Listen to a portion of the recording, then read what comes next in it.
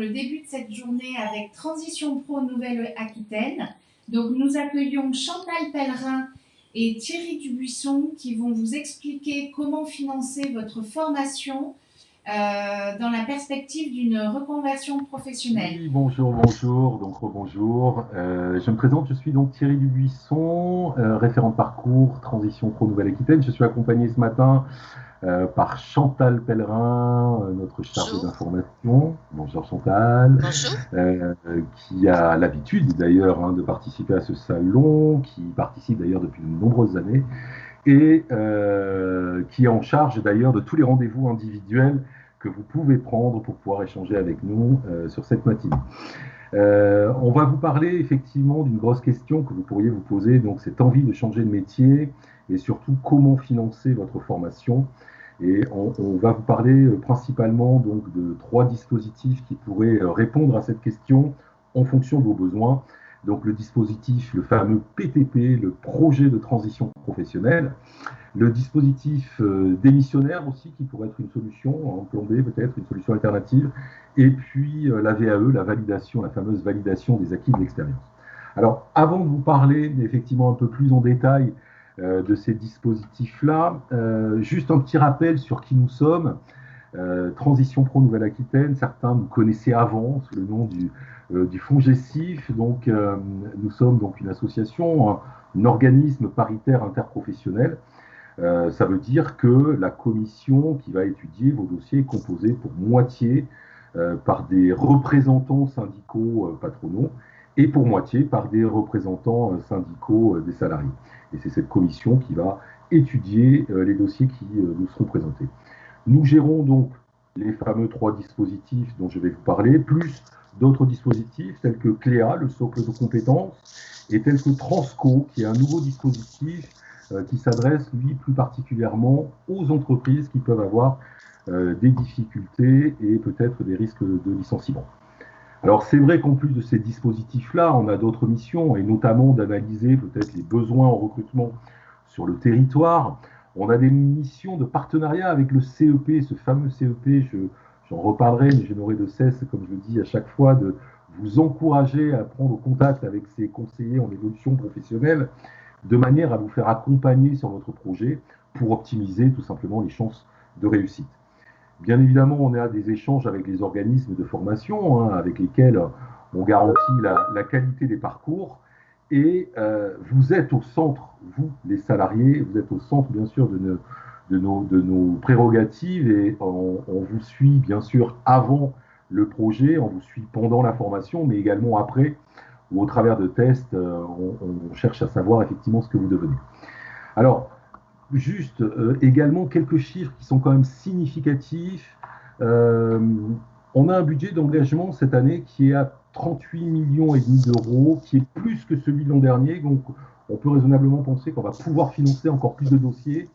En termes de PTP, l'an dernier, il y a eu à peu près pas loin de 2000 dossiers qui ont été présentés, avec un peu plus de 65% des dossiers qui ont été acceptés. Ce qui est quand même vachement bien parce qu'on entend beaucoup de légendes urbaines sur le fait que les dossiers PTP sont très difficiles à obtenir. Oui, c'est vrai, c'est pas simple, c'est du travail, mais voilà, 65% des dossiers l'an dernier donc présentés ont été acceptés. Et pour les démissionnaires, c'est encore plus, on était à plus de 93%. Un petit chiffre vachement intéressant, et surtout pour vous, mesdames, 60% des dossiers sont présentés par des femmes. Donc bravo. Donc ça sous-entend que effectivement vous êtes, vous, mesdames, sensibilisées sur votre vie professionnelle, votre avenir, votre reconversion. Donc bravo, c'est une très bonne chose. Un dossier en moyenne, il faut le savoir, pour les gens qui sont en CDI, ça coûte à peu près un peu plus de 26 000 euros, donc c'est quand même une certaine somme. Et c'est vrai que ça explique aussi le pourquoi du travail que cela va nécessiter. Il faut savoir aussi quand même qu'on travaille beaucoup aussi avec les salariés qui sont bénéficiaires de l'obligation d'emploi, les personnes qui ont des problématiques de santé, des handicaps ou autres. Là, ça représente pas tout à fait 10% des dossiers. Donc c'est un chiffre en augmentation et c'est très bien. Voilà. Donc juste quelques petits chiffres. Et là, on va attaquer un peu plus en détail donc, sur le fameux projet de transition professionnelle, le PTP. Alors, c'est quoi ce PTP? Tout simplement, C'est une mobilité particulière de mobilisation de votre CPF. C'est-à-dire que sur les dossiers PTP que vous allez nous présenter, s'ils sont acceptés par notre commission, il faut savoir que l'on va vous prendre tout ce que vous avez sur votre CPF. Donc ça veut dire quoi? Ça veut dire qu'il ne faut pas se tromper de projet, hein, parce que sinon vous allez repartir à zéro, hein. Attention à ça. Donc c'est un dispositif qui permet de financer donc des formations certifiantes. Et ça, j'insiste beaucoup dessus, hein. Il faut bien sûr qu'à la fin de votre formation, vous ayez un diplôme ou une certification en tout cas reconnue. C'est un dispositif qui peut se mettre en œuvre pendant vos heures de travail ou bien en dehors de vos heures de travail, hein. On peut faire un PTP le soir, le week-end, ou même quand on est en arrêt de travail. Donc là aussi, je le précise, il y a des règles à suivre. Bien sûr, il faut avoir l'accord de la CARSAT, la Caisse d'assurance retraite et santé au travail, mais sachez-le, beaucoup de salariés ne le savent pas. En étant en arrêt, vous avez la possibilité de suivre des formations. Voilà. Et dans ce cas-là, pour tout ce qui a trait au hors-temps de travail, si le dossier est accepté, nous ne prenons en charge, bien sûr, que le coût pédagogique, le prix de la formation. Tout à fait. Donc, juste une petite explication rapide, bien sûr, sur les règles de prise en charge. Alors, je dis rapide parce que par rapport au temps qui nous est imparti, et puis c'est vrai qu'on souhaite vraiment pouvoir échanger après et répondre à certaines de vos questions. Bien sûr, n'hésitez pas à venir nous voir. Venez sur notre site. Nous avons mis en place des webinaires sur lesquels vous pouvez participer ou que vous pouvez regarder en replay, des ateliers d'information, des petits-déj, des rendez-vous là sur le salon avec Chantal en tête-à-tête. Donc, n'hésitez pas à vous inscrire si vous voulez plus de renseignements. Et des flash infos aussi, maintenant en visio. Et des flash infos aussi en visio. Donc, vraiment, venez nous voir, n'hésitez pas. Ce qu'il faut savoir, c'est que ce dossier PTP s'adresse aux salariés du secteur privé, d'accord, quel que soit votre contrat. Donc ça peut être CDI, CDD, intérimaire, intermittent du spectacle. Il y a des règles propres à chaque contrat de travail, mais ça s'adresse à les salariés du secteur privé. Il va falloir que la formation que vous choisissiez soit une formation, bien sûr, on l'a dit, certifiante, et soit inscrite sur ce que l'on appelle le RNCP, le Registre national des certifications professionnelles, ou bien ORS, le registre spécifique. Ça fait partie des infos que vous pouvez demander aux organismes de formation, hein. Et également, bien sûr, comme je vous l'ai dit, il faut que votre formation soit éligible au CPF, bien évidemment. Au niveau de la durée, il y a une durée qui est en fonction de comment se passe votre formation. Grosso modo, si votre formation fait plus de 30 heures par semaine, on appellera ça une formation à temps complet. Et dans ce cas-là, on prendra en charge votre formation sur une durée d'1 an, de date à date. Si jamais votre formation fait moins de 30 heures par semaine, on appellera ça une formation à temps partiel, où on discontinue. Et là, dans ce cas-là, que votre formation dure 1 an, 2 ans, 3 ans, finalement, c'est pas grave, il ne faudra pas qu'elle dépasse 1200 heures. Ça, c'est très important. Également, on prend en charge bien sûr les cours de formation, mais aussi les périodes d'application en entreprise que vous pouvez avoir besoin pour obtenir votre diplôme à la fin. Mais là aussi, il y a des règles. Donc, soit les heures de formation en entreprise sont mentionnées de manière claire, nette et précise sur un décret, un texte de loi, un document officiel. Et dans ce cas-là, on prendra ce qui est écrit.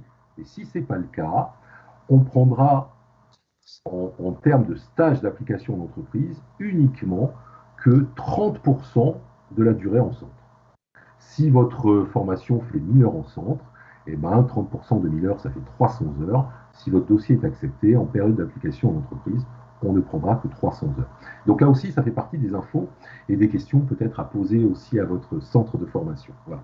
Tout ceci, de toute façon, doit être régi par un bilan de positionnement qui est gratuit pour vous, salariés. Donc ça, c'est important de savoir, et qui doit vous être proposé par votre centre de formation, le centre que vous allez choisir, pour vraiment individualiser et personnaliser la formation dont vous avez besoin. Qui rappelle aussi au niveau du prix de la formation, on a des plafonds quand même, mais notre plafond est à 18 000 euros hors taxe. C'est énorme. Ça vous permet de viser une belle formation, d'accord ? 18 000 € hors taxe pour le prix de la formation, mais attention, on a des limitations aussi en termes de coût horaire, hein, où on a une limite à 27,45 € de l'heure hors taxe. D'accord? Si vous dépassez ces mentions-là, ces montants-là, la différence, malheureusement, elle sera pour vous. D'accord? Donc vous allez devoir monter un dossier et notre rôle à nous, Transition Pro, ça va être d'étudier effectivement votre dossier et vos propos au travers de 3 grands chapitres qui vont être la cohérence de votre projet. Pourquoi vous avez choisi cette formation? Qu'est-ce qui vous a amené à ça? Est-ce que c'est un bilan de compétences? Est-ce que c'est un projet de jeunesse qui revient? Enfin, que sais-je? Qu'est-ce que vous avez mis en place pour valider votre projet là-dessus? Des rencontres, des échanges, des entretiens conseils. Donc tout ça, c'est la cohérence. La pertinence du parcours, pourquoi avoir choisi cette formation-là? Et puis surtout cet organisme de formation. Est-ce que vous avez pu individualiser, personnaliser votre parcours? Tout ça, c'est la pertinence. Et puis les perspectives d'emploi. Voilà, on ne va pas se leurrer, on ne va pas se voiler la face. Bien évidemment, c'est un des items principaux pour la commission, c'est qu'est-ce que vous allez faire après avec cette formation-là, et est-ce qu'il y a du boulot derrière? Et bon, il va falloir leur prouver et leur dire. Voilà, donc rapidement, vous voyez, c'est du travail, mais le CEP, le fameux conseiller en évolution professionnelle, est là aussi pour vous aider, hein, à réfléchir sur ces 3 items-là de manière à construire au mieux votre projet. Et Donc les voilà résultats, Thierry, et les résultats, il faut dire que c'est à peu près 2 mois avant la formation. Ça veut dire qu'il y a quand même un petit délai ouais, aussi. c'est ça, hein. Donc voilà, on a des délais de dépôt de dossier. Merci de le rappeler, Chantal, hein. Donc vous avez toutes ces informations-là, effectivement, sur notre site. Vous avez les tableaux. En fait, tout est calculé par rapport à la date de démarrage de formation. Voilà, hein.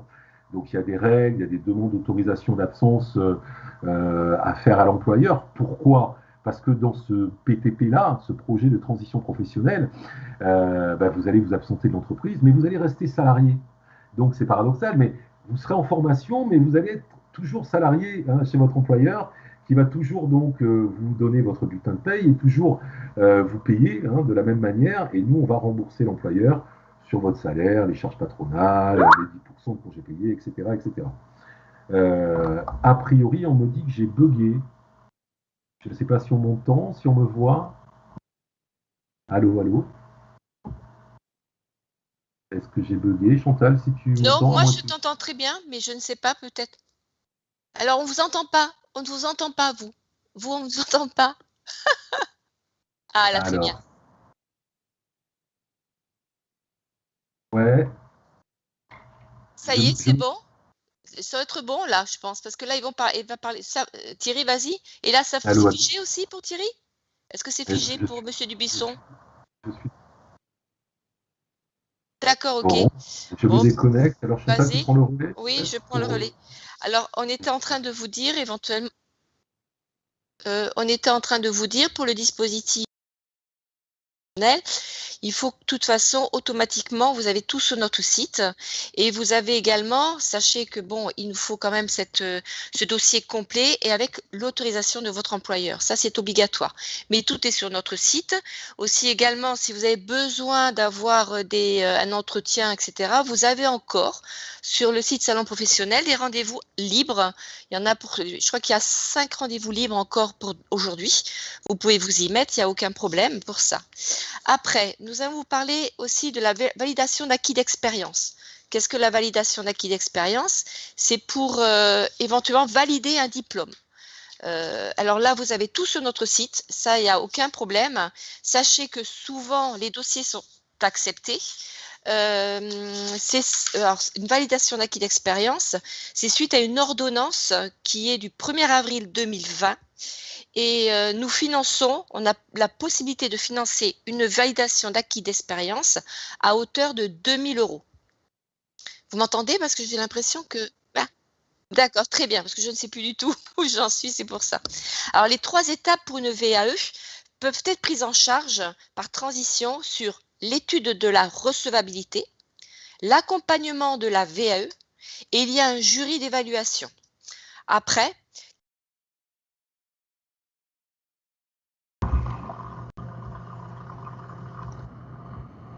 Allô, allô. Est-ce que ça va mieux? Est-ce qu'on m'entend, me voit? Je suis de retour. Super. Merci Chantal d'avoir pris le relais. Donc, par rapport à ça, je disais qu'effectivement, en fonction, on parlait de la rémunération. Une très bonne chose sur ce pays, c'est que voilà, pour les salariés qui perçoivent moins de 2 fois le SMIC, si votre dossier est accepté, votre rémunération sera prise en charge à 100%. Hein, 100%. Donc ça, c'est quand même extraordinaire. Ça vous permet de suivre une formation en restant salarié et sans avoir de perte de salaire. Hein. Donc pour les salariés autres, bien évidemment, on pourra vous expliquer plus en détail si vous venez effectivement nous voir ce qu'il en sera au niveau de votre rémunération. Pour ceux qui perçoivent plus de 2 fois le SMIC, il y a un petit reste à charge, mais tout est expliqué sur notre site, donc n'hésitez pas à venir nous voir. Voilà un petit peu effectivement ce qu'il en était concernant le PTP, qui est notre dispositif phare et peut-être celui qui pourrait intéresser le plus de gens en matière de reconversion. Pour enchaîner sur le deuxième dispositif, donc c'est le dispositif effectivement de la VAE. J'ai commencé déjà, Thierry, pour la VAE. Je ne sais plus du tout où on en est. Je parlais de la prise en charge de transition pro. On avait la prise en charge et après qui était concerné et après ça s'est coupé. Voilà, c'était un forfait donc de 2 000 euros qui concerne bien sûr tous les salariés du secteur privé, comme tu as pu le dire, Chantal. Et bien sûr, la VAE est un dispositif qui se déroule uniquement hors temps de travail. Hein, ça, c'est important de le rappeler. Donc là, il n'y a pas de prise en charge de salaire, c'est uniquement hors temps de travail. Et voilà, et on prend en charge les 3 étapes concernant donc la VAE. Donc, effectivement, ça vous oblige là aussi à faire un dossier sur votre espace personnel via notre site internet Transition Pro Nouvelle-Aquitaine. Et là, par contre, sur ce dispositif-là, donc, on n'utilise pas le capital à DIF CPF que vous pouvez avoir. Ça, on n'y touche pas. Mais par contre, il faut que vos dossiers soient déposés avant le 30 juin 2021. Voilà. C'est la deadline, même si la VAE démarre après.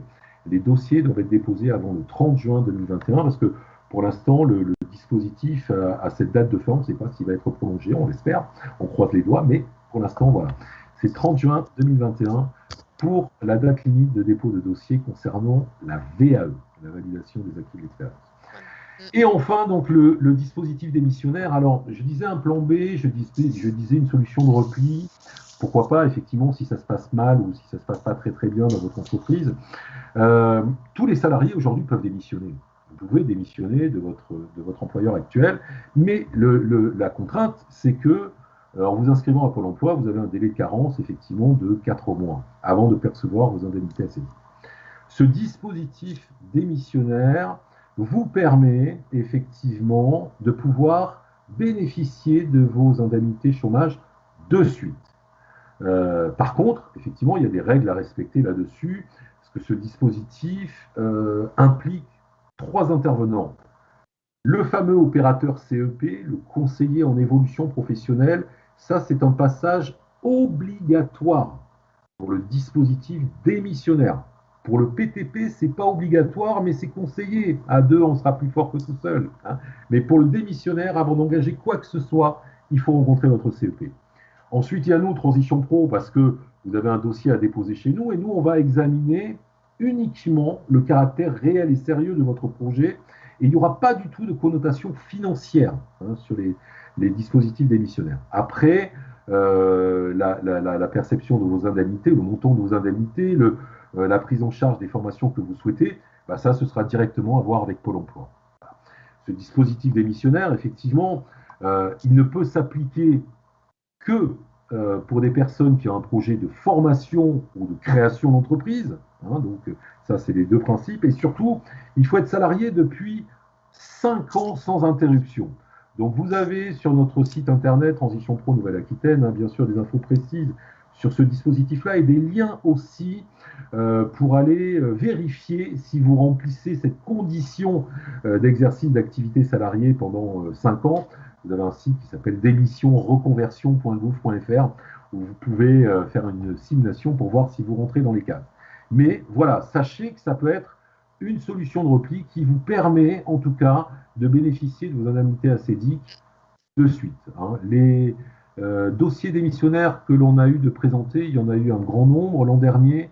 il y a eu, donc je le rappelle, plus de 95% des dossiers qui ont été, dont le caractère a été jugé réel et sérieux par Transition Pro. Hein, donc c'est énorme, puisque là, il n'y a pas d'incidence financière en ce qui nous concerne.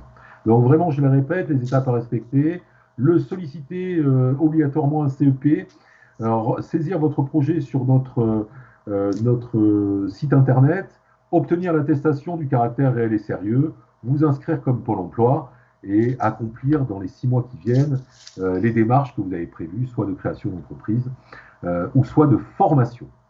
Voilà, de manière la plus rapide, mais j'espère en tout cas la plus concise et précise, ce que je pouvais vous dire et ce qu'on pouvait vous dire sur ces 3 dispositifs-là. Bien sûr, vous avez des questions, donc vous n'hésitez pas, vous vous rendez sur votre espace personnel, sur notre site internet. On a lancé notre chaîne Webikeo, sur lequel donc, vous pouvez vous inscrire pour assister en live aux webinaires que l'on enregistre ou bien les regarder après en replay.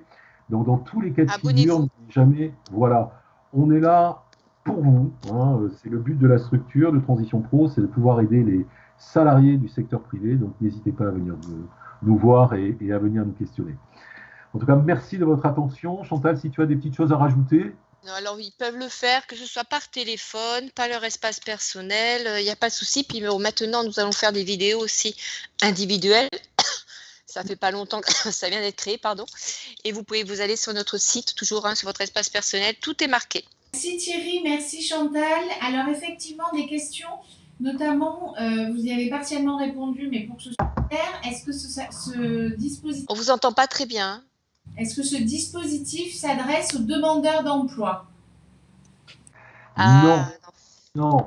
Les demandeurs d'emploi, comme je le précisais, hein, effectivement, nous, notre structure Transition Pro, nous ne finançons des projets que pour les salariés et que pour les salariés du secteur privé.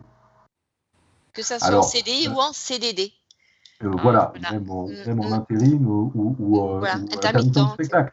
Donc, c'est vrai que la personne qui est en CDD, ce qu'il faut, c'est qu'elle nous sollicite pendant son CDD. Et même si après son CDD se termine, elle s'inscrit comme demandeur d'emploi, et puis la formation démarrera, elle sera sous statut de demandeur d'emploi. Là, son statut de demandeur d'emploi se mettra entre parenthèses. Elle deviendra stagiaire de la formation professionnelle, mais il faut qu'elle nous sollicite pendant son CDD, pendant qu'elle est en activité. D'accord, c'est très clair. Et avec certaines règles d'ancienneté, hein, c'est-à-dire que pour un CDD, il faut 2 ans d'activité salariée dans sa vie professionnelle et au moins 4 mois de CDD pendant lequel elle va nous déposer au cours des 12 derniers mois. Ouais, c'est ça, au cours des 12 derniers mois. D'accord, c'est très clair. Également, une autre petite question, quel est le type de formation visée? Alors, là, c'est la chance, entre guillemets, c'est que nous, on n'impose rien.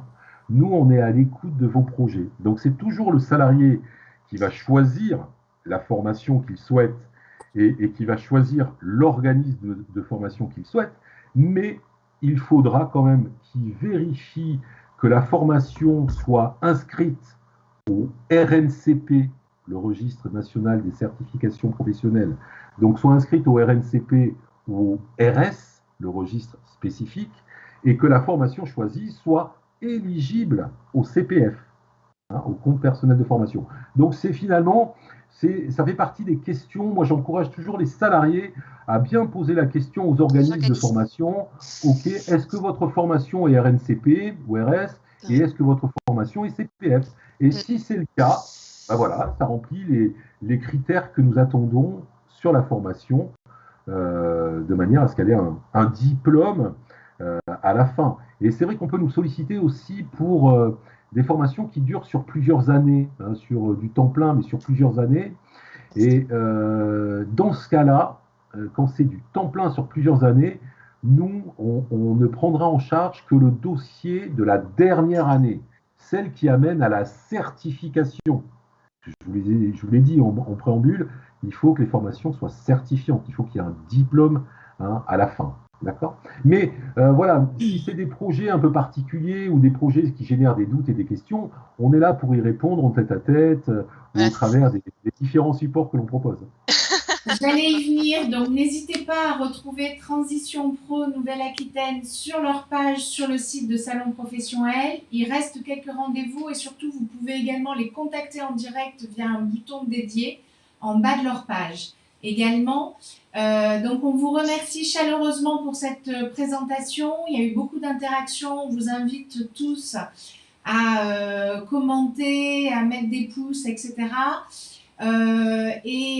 Merci encore, à bientôt Oui, et on enchaîne. On Merci. merci de espère. votre À bientôt. invitation et à bientôt. Hein. Au revoir, Au merci. revoir. Au revoir, Au merci revoir. beaucoup.